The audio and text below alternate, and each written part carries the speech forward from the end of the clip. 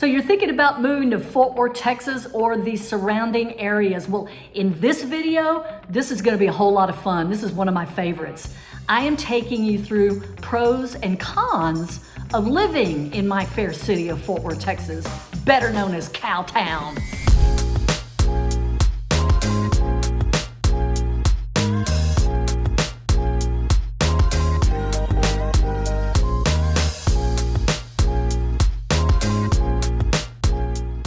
So hey, if it's your first time to this channel, just subscribe below and tap that notification button and you'll be the first person to see what's happening in Fort Worth and surrounding areas, maybe hit some market trends, maybe like for instance this video, you're gonna get some pros and cons. I hit all the major neighborhoods and even some of the minor ones, if you even wanna describe it as that. Hey everybody, I'm Julia Duffy with Compass Real Estate, and every day we get calls, text messages, and emails from people just like you who are looking to move into the Fort Worth area, surrounding cities, or even folks that actually still live here, but they just don't know really the lay of the land of where they want to go, and they need an expert to navigate that territory for them.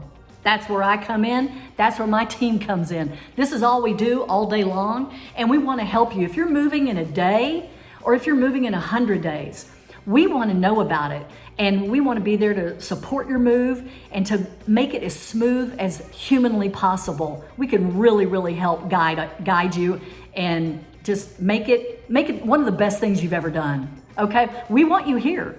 You need to see my Cowtown, dang it, and you need to slide into the culture. All right, come along. So in this video, I am taking you through the pros and cons of living in Fort Worth. This one is part one. What that means is in totality, I have like 7 pros and 6 cons. So we're gonna split it up, part one, part two. Part one, coming up, is 4 pros and 3 cons, all right? And we're gonna start doing it right now. So we're on to pro number 1. And really, it's, in my opinion, it's the most important one. That's why I wanted to do it number 1. I was born and raised here in Fort Worth, Texas. So I'm really snotty about how friendly we are. I know that snotty and friendly don't go in the same sentence, but it kind of does for this purpose. So I am completely proud of my people. We're friendly. We're friendly to strangers. We're friendly to people that come from out of state. We want to welcome you to our state and our city and show you the best of what we've got. And so you'll appreciate it and have fun with it like we do. And I've got years of fun wrapped up in me in Fort Worth, so that I'm just dying to get out and show you. So, number 1, friendly people. Now, this has a very interesting historic background, if you will. I know that sounds weird, like you're either, friendly or you're not, and maybe it's genetic, but if it were genetic, there would be some people, maybe out in Los Angeles that were friendly, or New York, or anyway, whatever. And I want y'all to come. Anyway, so historically speaking, since Texas was a pioneer state, we were, 1836 is when we were founded, Alamo, rock on. That is, the pioneer state indicates that all of these families traveled cross country to get to the land of Texas. And therefore you really had to depend on one another. Like it wasn't just you out in the wilderness by yourself, just, you and your gun and whatever. So all of these families and all of these groups really had to depend on one another. You became like a unit. So therefore, that's why we're so accepting and we're so friendly, is we kind of just want you to be part of the mix. I mean, if you run into a rude person down here, I'm sorry. I don't know what happened. I mean, maybe something happened. Maybe they fell out of a tree. Sorry. Anyway, the vast majority of the people down here are fantastic and friendly. We teach our children manners. We teach them please and thank you and all that. And I know probably the rest of the country does too, but it's just expected here. And if you don't see it, people are kind of like, ugh. There's just a friendliness that is expected. So when you get here, expect it. And shoot me an email if you run into somebody rude. I'll go and I'll have them arrested. That's what I'll do, because it's practically against the law to be unfriendly down here, all right? Pro number 2 is affordability and opportunity. So the job market here is, the DFW job market is in the top 10 in the country. So right there, you're getting like the goods on that. A lot of companies are moving here because of the tax breaks. The corporate taxes are like really, really low, and you don't have individual state tax, but we're going to get into that later. But anyway, so affordability, we are 7% lower, and the median income here is $68,000 to $72,000. So think of like, as you're coming from, say, you know, I keep using Los Angeles because I actually used to live there a long time ago. So I really felt the money back in my pocket when I moved back home, I gotta tell you. And it's just gotten better and better. I mean, housing prices, like I say, price of gas. And therefore, when you have lower prices, you have less angst in the community. I gotta tell you, you know, there's just a little bit more relaxed atmosphere when you have a little bit more money in your pocket. I hate to say that, but that's really the truth, and I think we kind of all know that. Okay, so pro number 2, affordability, absolutely, and job opportunities. Job growth is still on the rise, y'all, believe it or not. I know with inflation that sounds antithetical, but you know, the DFW market is hot, hot, hot. Okay, we're working our way up. Pro number 3. Okay, I gotta talk for a minute about the attractions and the entertainment. A little bit dining too, but mostly the attractions that are in my fair city of Fort Worth. So I'm gonna focus, and I'm gonna do an entire video on this, so I'm just gonna touch on the highlights so you can get an overview. Let's talk about the Stockyards. If you are a fan of the Old West, like I am, mainly because I grew up here, and you know that was one of the big cool things. The Stockyards is an important historical entity for us. That's why Fort Worth is here. And every day, a couple of times a day, there's a thing called the herd, and that's H-E-R-D. And what that is a live cattle drive of longhorn steers down the street on Exchange Avenue. And it's like the old cowboys used to do a cattle drive. And the streets down there are the old wooden, you know, step up sidewalks that you have. You have like a cool hotel or two down there that are boutique-ish, and lots of watering holes and music venues. And there's actually a place that I used to, like I said, I used to live out in Los Angeles a long time ago. So whenever I would come home for a break or for Christmas, I would go straight to the Maverick Western wear store that was down in the Stockyards, where I could get my leather belt on, or my cute little top, or you know, whatever I could get to take back to LA, so they knew that I was a Fort Worth girl and I was a Texan, so shut up. Ugh. Anyway, it was great fun. And Maverick, apparently, it's you know, you can walk around drinking a long neck beer while you look at boots, and it is upscale. It sounds like it's trashy, and it's not. It's just the way we roll. You know, it's down there in the bar district, and kind of fun. And I think we're called the museum capital of the Southwest. We have so many museums here, and it's everything from the Kimball Art Museum, which houses works from Rembrandt and Matisse and all that classic you know, art and paintings and so forth. And all of the major museum, like the traveling shows that they have, you know, that come to certain cities in America, like the Cleopatra or the Tutankhamun, stuff like that they put together, and sometimes it originates from the Met in New York. Sometimes it comes from overseas, from the Louvre. Anyway, we are a major stopping point on those tours at the Kimball. Fantastic museum. We have the Modern Museum, which is exactly what it says. It's modern art, if you're into that. And it's very, very fun. It's a great place to have brunch also. I know that sounds weird, but it is. We have the Museum of Science and History, and that's great for the kids. That's one of those must field trips that you have as a kid growing up here in Fort Worth, which is great to get that information.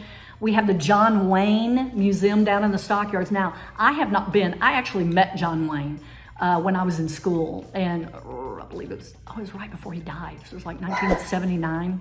There's my dog saying, yeah, John Wayne. But yeah, John Wayne. And two interesting museums that I haven't been to yet, and I'm so remiss, that there's the Texas Cowgirl and Hall of Fame Museum, and then there's the Texas Cowboy and Hall of Fame Museum. And I would absolutely love that. We have many, many, many more museums all over Fort Worth and surrounding areas. So you got to take advantage of that. We have our Fort Worth Zoo, which is renowned. I think we're in the top 10 zoos in the country. Pretty cool. Now the Bass family really contributed a ton of money to get that zoo up in that caliber. So we don't need to talk about the Basses right this second, but I'll talk about them in another video or so. But they're instrumental in really helping Sundance Square and really helping the city. And why not give some of your dough to the city, right? So like I said, we have the zoo, we have the museums, we have the Fort Worth Botanic Garden, which is just fantastic. It's kind of a nature reservoir. And along the line still of attractions, I know it's not Fort Worth, but you need to know that it's there over in Dallas. And look, I'm sorry, Fort Worth, we're way friendlier than Dallas. We're not as stuck up. We're not the, $50,000 millionaire. We're not trying to pretend to be something that we're not. We're just good people making a living, having fun, and living the experience in Fort Worth and having a good life. But over in Dallas, you have, if you want it, Dallas Cowboys. Really, that's in Arlington. They're called Dallas, but it's in Arlington. Now, Arlington is really halfway between Fort Worth and Dallas. So it's east of Fort Worth, just by 15, 20 minutes. So cool. So that stadium's easy to get to. Also, the Texas Rangers are in Arlington, easy to get to. The Dallas Stars hockey team. Now, that is in Dallas proper. I believe it's, oh my gosh, I can't remember if it's Reunion Arena. It used to be Reunion Arena. I can get that for you. But anyway, that's in Dallas. So you have, and we also have the Dallas Mavericks, which is down in Dallas as well. So you have pro teams, so you're getting like a professional top-notch quality in terms of the sports areas. Now, come with me, come back to Fort Worth a little bit. And we have Dickies Arena. I just saw Janet Jackson there the other night. I think I said in a previous video, I've also seen Duran Duran, I've seen Chic. It is really the destination for the rodeo and stock show every year. But they do get really good talent and really good acts that come in. So Dickies Arena is a good one. And we have Tarrant County Convention Center. That's still an up and running venue. That may change though in the future. We also have Dr. Phil has come to town with his network, and that's up in Alliance, but that's just basically North Fort Worth. So he's got a studio up there. He's doing his show. It's a brand new network called Merit. So if you may get it on your cable service, I get it. On DirecTV. Anyway, Dr. Phil, and I would be remiss if I didn't talk about Taylor Sheridan. You may not know Taylor Sheridan by name, but Taylor Sheridan has come back home to Fort Worth. He graduated from my high school, Pascal. Yay, way to go, Taylor. Of course, he's way younger than me. He wrote and created Yellowstone.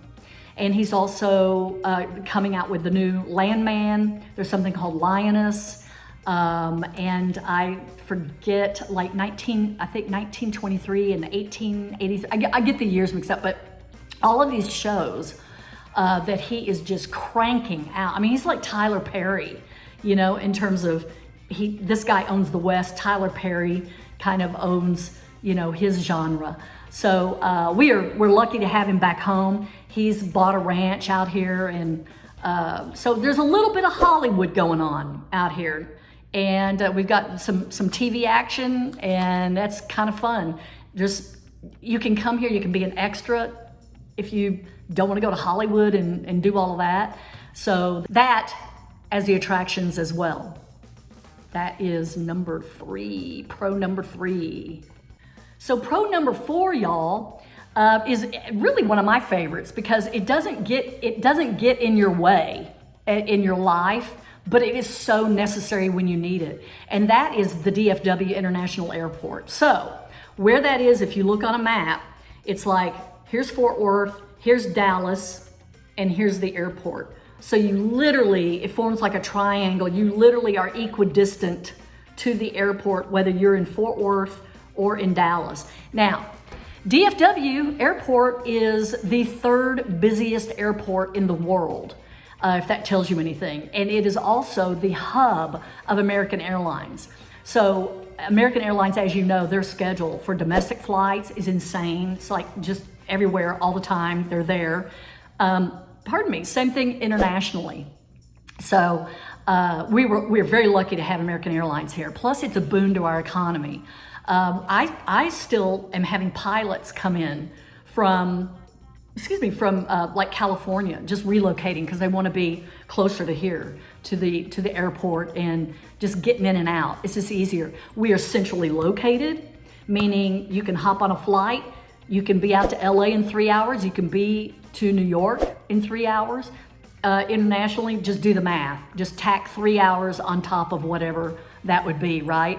So it's like eight hours to London, 8 hours to Hawaii. It's just super. And by the way, I have driven in and out of that airport like a lot, and it is one of the most manageable, easy to get around airports I've ever been a part of. And another thing, I just heard this the other day, the landmass that DFW Airport contains is bigger than the state of Rhode Island. Yes! See, there's where that Texas pride comes in. We like being the biggest of a lot of things. So, applause all the way around. Number 4, DFW. Number 1 con, just like I said, is the weather. Okay, now the downside of the weather here is if you're not used to, thunderstorms, we get pretty active here in the spring and in the early summer, and sometimes even in the winter. So depending on where you're coming from, you may just get rain and none of that, the thunder boomers, but we get flat out sometimes severe storms with hail. So when you move and you get into a house here, you always want to check the roof. That should be your number 1 thing if you're buying a house that is pre-owned in Fort Worth. Okay, don't forget that. That's a big one. There's also tornadoes. I have to laugh because I've never been in a tornado here, and I mean, sweet Lord, unless you're Helen Hunt and Bill Paxton in Twister, you're hardly gonna like run face to face, into a tornado here. It would be like 0.00001% that you would run into a tornado. However, in the year 2000, my mother, I grew up on the river here, near the river, and my mother had to go to the basement because that big tornado went right down the river. She was fine, nothing happened, but it went through downtown and, killed a couple of buildings, but everything was fine. Everybody's happy, everybody's fine. But let me just for a second give you some clarity here and some context. Again, I lived and worked out in Los Angeles for a number of years, and I lived through the Northridge earthquake. There is nothing more terrifying. And again, I haven't been through hurricanes, so you would need to talk to somebody on the East Coast for that perspective. So, but earthquake, I have been in tall buildings in Los Angeles during the earthquake. I had to hang onto the wall in my apartment out in Los Angeles during the Northridge earthquake, and I didn't live in the valley. I lived on the other side. That's how bad that was. I still have PTSD if my dogs move weird in the middle of the night. I'm thinking, oh, yeah, I'm in Fort Worth. Yeah, And it's been years. So not to say that I need a therapist or anything, but a tornado, sweeties, it's not, the odds of that happening are like y'all going to the moon. It's just, we're not doing it. We're not doing it. So, and we have awesome meteorologists around here. They keep you informed. We have something called the Doppler radar, which I'm sure y'all do too, but they can time out everything. It's just, you just watch it and that's just the way it is. Okay, con number 2, this will be a quick one too. We don't really have a solid public transportation system here. We're car people, and it's cool. It's not a bad thing to not take public transportation. But if that's something that you're used to, you probably are gonna have to make a little bit of an adjustment. So the public transportation and us being car people kind of segues into traffic and congestion and all of that. Okay, so this is another one I kind of have to laugh at. Living out in Los Angeles, living in Austin, and now living back in Fort Worth. Fort Worth, it makes Fort Worth traffic look like, just don't tell people that because they're gonna think you're crazy. It may get a little clogged at 5 p.m. on I-30 if you're going west. Okay, that's it. It's just really not a big thing. And there's something called a GPS that will take you all around it. It's really no big deal. The side streets, just get off of I-30 and go Hewlin to Camp Bowie or go around, and same thing if you're coming back from Dallas or something and you're hitting Fort Worth and you're on the 30. Just there are ways to work around it. There's about 4 or 5 different ways that you can go between Fort Worth and Dallas that will get you out of traffic. There's express lanes, there's 121, 183. So further, we can do a major deep dive on all of this some other time. But no, the traffic here is really not that bad, but I am addressing it as a con or as a potential con because I know people think that way, but there's ways around it. All right, so let me know. That's it. Let me know in the comments what you think. Okie doke. And I'll see you on the next video.